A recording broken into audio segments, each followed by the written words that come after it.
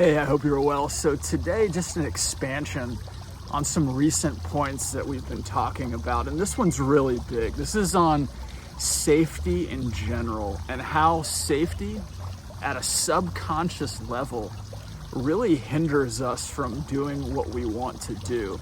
And a big part of this is, and I'm not trying to knock anybody, because what I found is that we're all operating in some level of insecurity.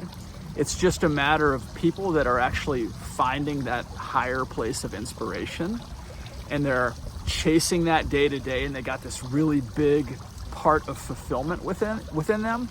I've found that they're the people who have operated within the least amount of a safety zone, right? They still have insecurities, don't get me wrong, but the people that are kind of living these inspired, fulfilled lives have controlled that insecurity and identified the part of it that is holding them back. And then they're just working slowly on the smaller pieces of their safety zone and their own comfort, and they're getting out of that place over time, right?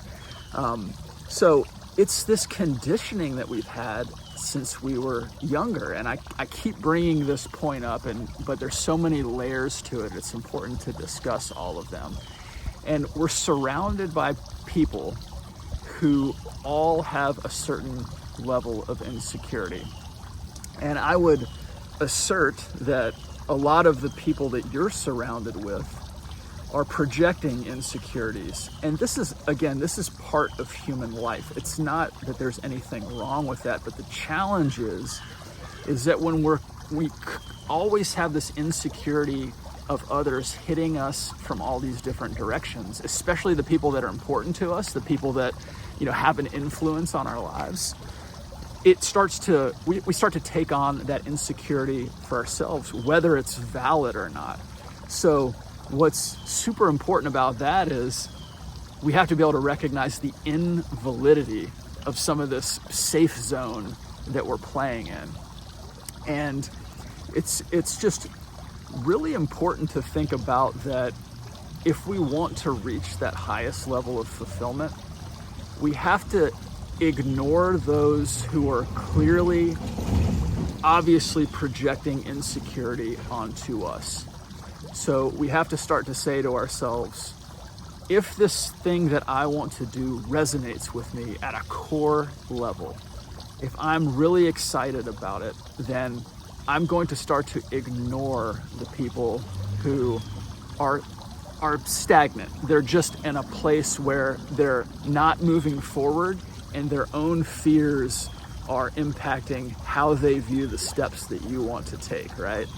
So you want to take these big steps in your life. You feel this greater calling. You want to chase this dream.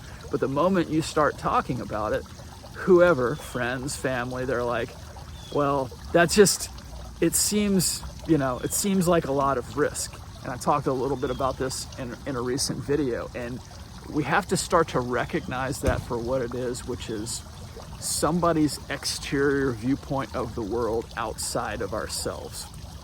And this goes back to the point in the beginning, which is the people who have really built something from a deeper core level. They've said, I'm just not going to listen to what anybody says, and I'm going to have the courage to jump.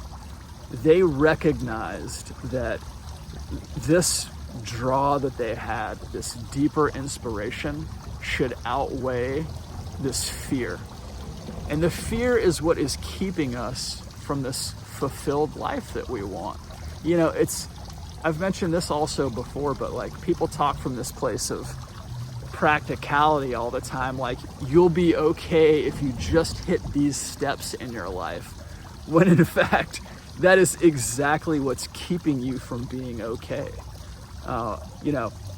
Chasing these bigger things and taking risks and having success off of risks that you take is the most rewarding thing in the world. Looking back on your place of safety and being like, I removed myself from that place. I took a chance and I removed myself from that place. It's incredible. It's huge. It's exactly where you want to be.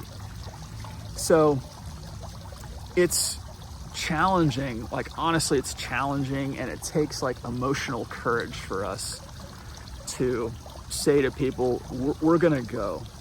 We're going to do what we feel intuitively is inspiring, and we're going to take a risk. Because you know what, like, the downside of even taking that risk is good, because, and take it from my own experience, if you start and take a risk on something, the downside is still great because you've learned an incredible amount in a new area where you took risk.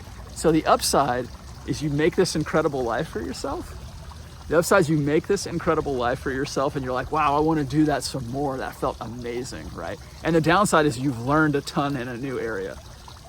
Or you just keep doing what you're doing in the safe zone, and life feels monotonous and slow and uninspiring. I mean, that's simplified, right? But like, it's true.